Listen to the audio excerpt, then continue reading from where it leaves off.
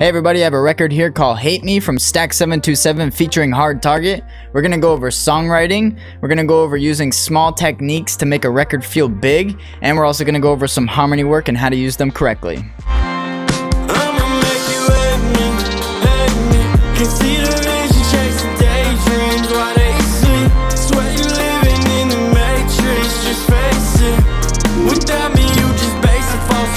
And then ironically going into his verse, that phrase that we picked to make a moment out of the distortion and everything is probably one of my favorite lyrics out of the whole record because it simply paints such a great picture. I see you built your castle walls, what you protecting, baby. When I hear that lyric, I immediately envision a person sitting in the middle of a field and all of a sudden castle walls just start shooting out of the ground and like just this dramatic moment of like this innocent little like protective person that needs these castle walls to come up. And he does that in literally 2 seconds. In 2 bars, he paints that picture. And that's how effective songwriting can be. And we might have chose these lyrics to give that moment. Maybe it was a subconscious thing. Maybe we did decide on it. I don't really remember exactly. But when we did decide that and I listened back, I was like, it's perfect because it's such a powerful lyric.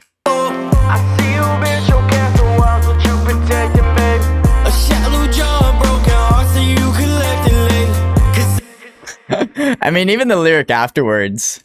A shallow jar of broken hearts that you collecting lately. A shallow jar of broken hearts you've been collecting, baby. Come on, bro. Come on. Like I said, songwriting is not something that's talked about enough, in my opinion. And with it comes great records. Some of your favorite records that you've heard and listened to millions of times, or you see on the top 100, the top 10, like... I wouldn't say they're manufactured, but they're good songwriting, and it doesn't take much to do good songwriting. It just takes a second.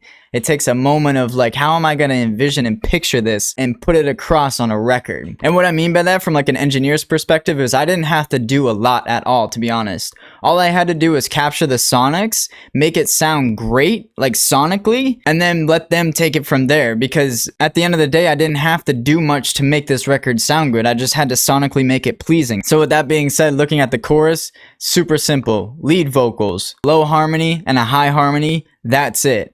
Performance is so good. Rehearsal was great, obviously. He practiced the hell out of this. And then the instrumental is so good in itself. So let me play that soloed.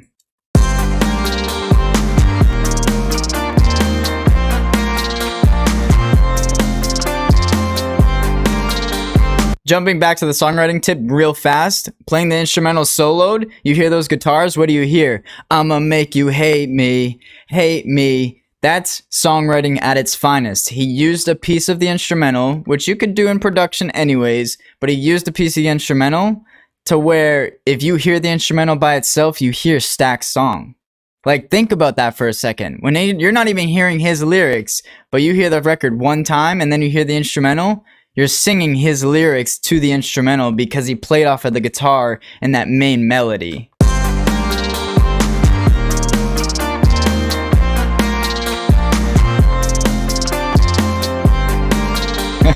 It's that fantastic, man. And then jumping over to the verse, simple main lead vocal and a little bit of dub action, probably super light. We probably threw it way back. And just let the instrumental and the vocals carry its way through with the songwriting.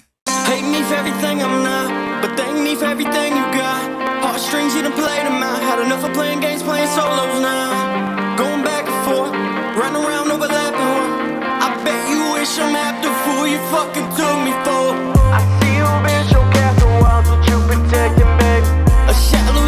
And then listening back, we actually made that distortion moment when the instrumental picked up. So the moment it dropped, we threw that in there to help you transition into the rest of the verse.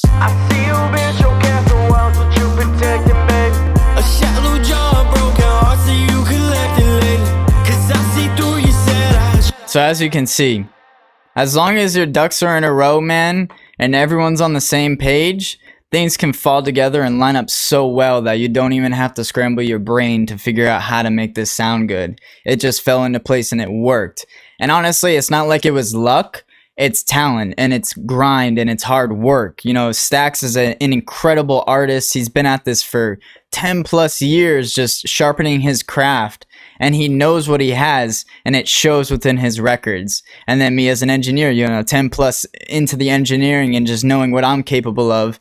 And then we had the fantastic hard target for second verse. Like, what are we doing, bro? It's just a culmination of fantastic people coming together, creating beautiful work, and being proud of it, honestly.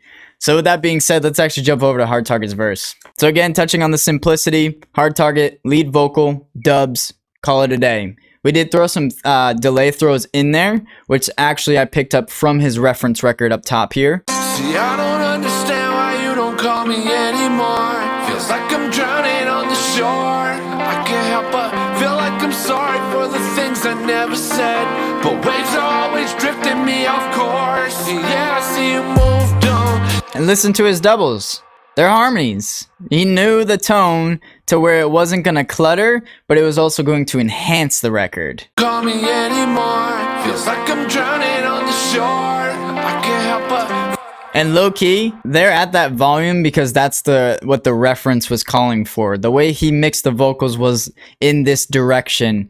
And at first, you know, I'm very subtle. I like to not show like, oh, I put the doubles up here and this and that. But I am so glad that he went in that creative direction and that I stuck with it and chose to follow his lead because it adds that sauce. And obviously, he knows his vocals best. So it's like, of course, he's going to do that because he knows what works so well. And it does. It works so well. Call me anymore. Feels like I'm drowning on the shore. I can't help but. It makes it that moment. Like, feels like I'm drowning on the shore. Could have been just a lyric, but it might stick with you more. It sticks with me just because it has that harmony behind it. And then over here towards the end of Hard Target's verse, we actually, so the very end, he sung the chorus. He sung the first bar of the chorus with Stacks on the way out. And all we simply did, we just dropped the volume on that a little bit. It was sticking out too much for my taste. You know, I want him to be in there, but I don't want him to be competing for space either. So we just dropped the volume on that a little bit.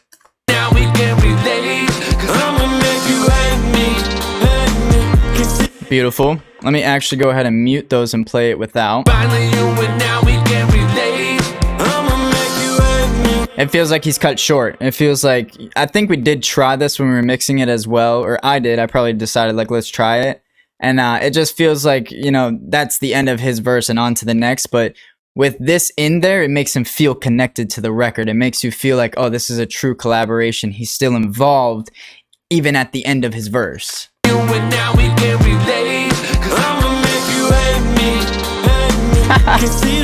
It's so good, man. So good. And then right here on the doubles, we just did a little rise on his doubles. I threw that in there for a little punch on his way out. I wanted to feel like, you know, it's reaching at you and developing you. And then boom, here comes the chorus.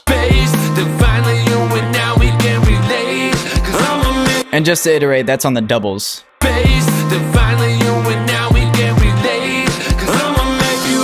And then if you actually throw those down to normal volume, this is what it would sound like. Always lying to your face. Then finally you and now we can relate. 'Cause I'ma make you hate. Still in there, but that subtle volume change, really, it's a weird human intuitive thing of like, you don't have to hear much volume difference for a feeling to hit harder than you think. So like, as you can see, when we flatten out that curve, it's still there, but in my opinion, it doesn't feel as big. Lying to your face. Then finally you and now we can relate. 'Cause I'ma. And then if we throw the rise back in there. Lying to your face. Then finally you and now we can relate. 'Cause I'ma make you hate me. These boys did such a good job on this record, man. They did such a good job. This is just an overall fantastic record all the way around. And then a little mixing technique that I want to touch on for Hard Target's vocals. Of course, we had them sent in to us. I was not in charge of the recording process. I wasn't in control of that. So when I'm sent in vocals that I'm not in charge or in control of a recording process, I approach it a little bit differently as far as like, controlling it and taming it before even touching or looking at it. Getting it solid on the way into plugins and groups first before even touching it and tweaking and, you know, getting sonics right and everything, because that's square one for me. And when I'm in charge of recording and everything, then it's an easy process for me because I know on the way in, it's how I want it to be, and it's easier for me to expect certain things. But when we get vocals sent in, there's a little bit of extra work pre-mixing to get done. And then for Hard Target's vocals, I simply just used an MV2. I wanted everything to be a little more tame, so what I did is I just brought up the bottom end. Anything below this threshold, I want up. I like not a brick wall, but I like a solid vocal going into my chain, so it's hitting everything correctly. A little 3/8 on the low end, and as you can see, top end, I did not want to tame that much. I did a 0.7 just to grab the peaks a little bit. You know, if it gets too out of hand, especially since I'm raising the bottom end, I don't want to jump at you too much, but I also didn't want to kill the dynamics of the vocal itself. So we just did a 0.7 on the top, 3.8 on the bottom. See, I don't understand why you don't call me anymore. Feels like I'm drowning on the shore. I can't help but feel like I'm sorry for the things I never said. And then here's without it. See, I don't understand why you don't call me anymore. Feels like I'm drowning on the shore.